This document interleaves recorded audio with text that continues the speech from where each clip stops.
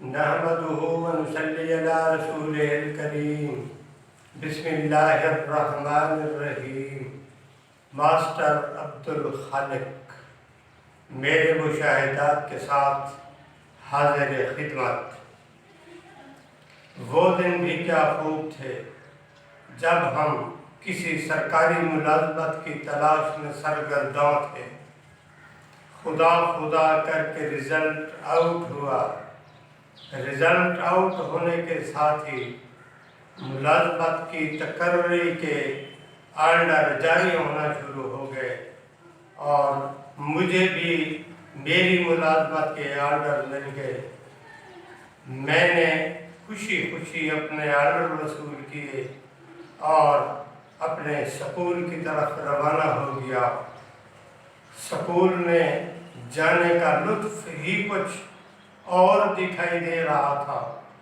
یہ ایک قسم کی حاکمیت تھی، جیسا کہ کوئی حاکم ملک میں حکمرانی کرتا ہے۔ ہم بھی اپنے سکول میں اسی طرح سے حکمرانی کریں گے۔ نئے نئے سلسلے، نئے نئے خواب، نئے نئے ولولوں کے ساتھ ہم اپنی سکول کی قیام گاہ میں پہنچ گئے۔ دوسرے دن سکول میں حاضری تھی۔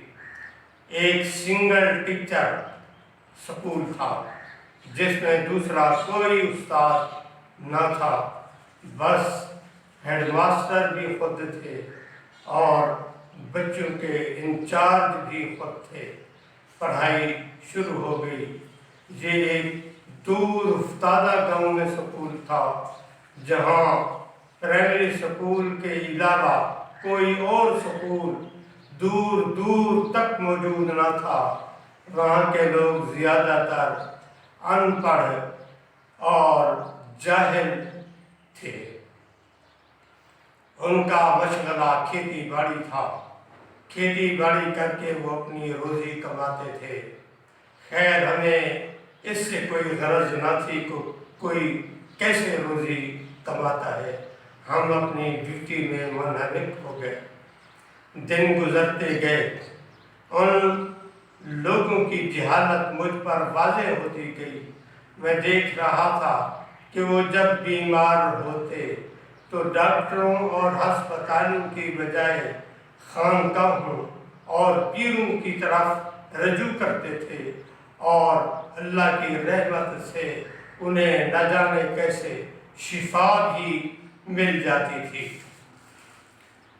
اس علاقے سے دور تقریباً 100 کلومیٹر کے فاصلے پر ایک پیر کی بہت اونچی مزار تھی جہاں پر یہ لوگ اکثر جاتے رہتے تھے۔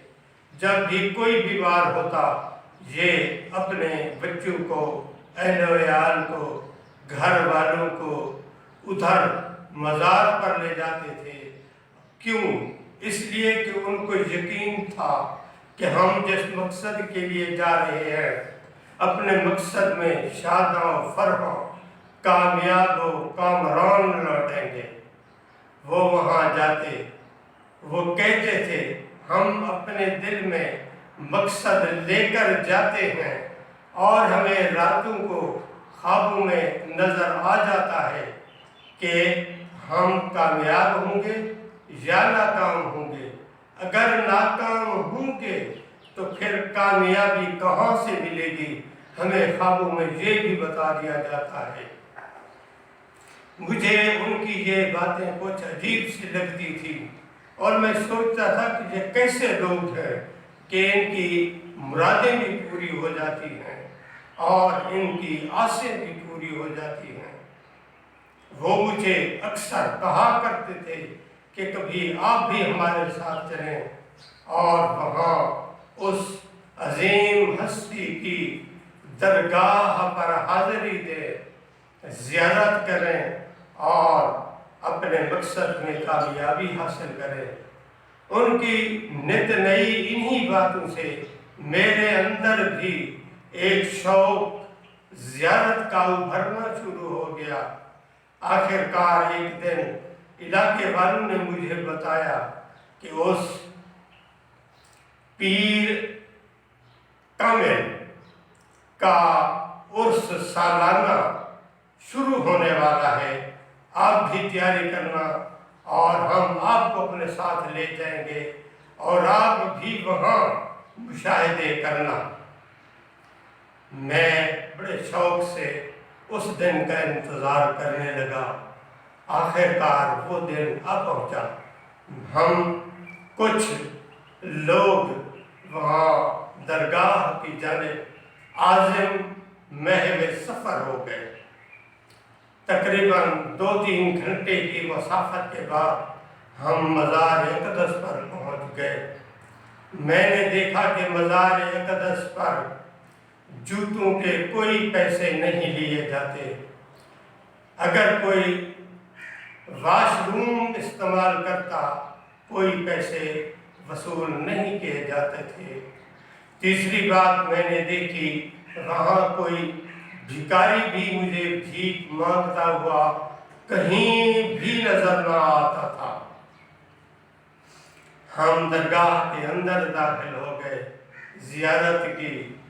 میں نے اپنے دل میں سوچا کہ میں دوسری شادی کروں گا اور مذکورہ پیر میرے لیے اللہ سے دعا کریں گے اور میں اپنے مقصد میں کامیاب و کامران ہو جاؤں گا۔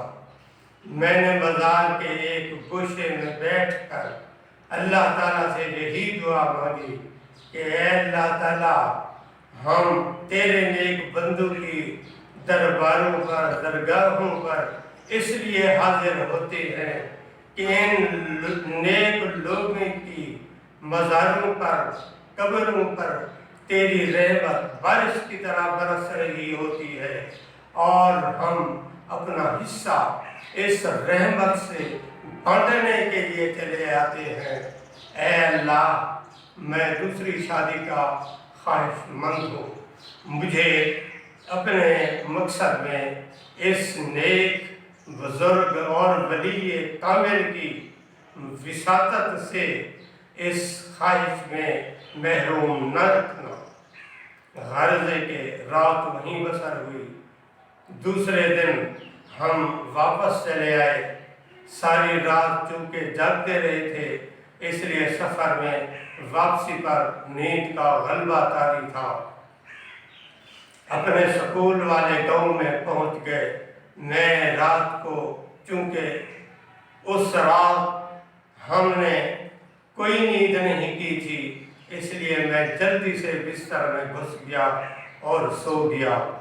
نہ جانے رات کا کون سا پچھلا پہر تھا کہ میں خواب دیکھنے لگا کہ میں ایک شہر میں ہوں، آدھی رات کا وقت ہے، تنہا جا رہا ہوں، کوئی ذی روح، کوئی انسان نظر نہیں آتا۔ میں ہلے قدم اٹھاتا آگے بڑھتا جا رہا تھا۔ اتنے میں نے دیکھا کہ 2 پولیس والے میرے سامنے آ گئے ہیں۔ انہوں نے مجھے کہا، آئیے، آپ کو ہمارے صاحب بہادر بلا رہے ہیں۔ میں ان کے ساتھ چل پڑا۔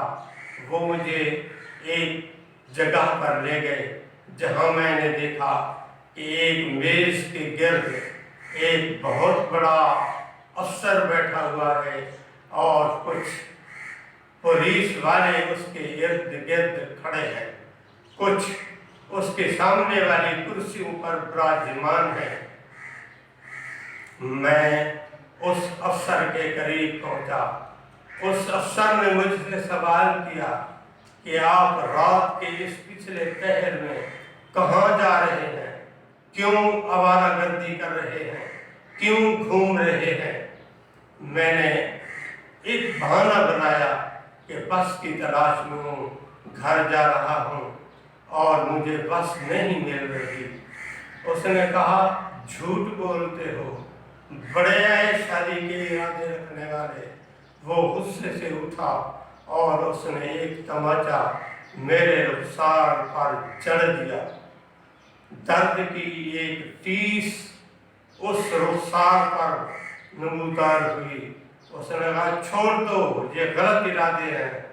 آپ کو ایک اچھی بیوی دی گئی ہے، آپ اس کے ہوتے ہوئے دوسری شادی کرنا چاہتے ہیں۔ وہ دوسرا تھپڑ مارنے ہی والے تھے کہ میری آنکھ کھل گئی۔ دراصل میں نے اپنا رخسار اپنے بالوں پر رکھا ہوا تھا، اس لیے میرا کان بھی سن ہو چکا تھا اور بازو بھی سن ہو چکا تھا، لیکن اصحاب کے خیالات ابھی تک میرے ذہن میں گونج رہے تھے۔ آئے دوسری شادی کرنے والے، ایک عورت پر اکتفا نہیں کر سکتے، دفع ہو جاؤ۔ میں نے سوچ لیا پیر کے متعلق لوگ جو کہتے تھے سچ ہی کہتے تھے، اور اللہ کی قدرت اسی ایک ہی بیوی کے ساتھ آج تک زندگی بسر کر رہے ہیں۔ وما علینا الا البلاغ المبین۔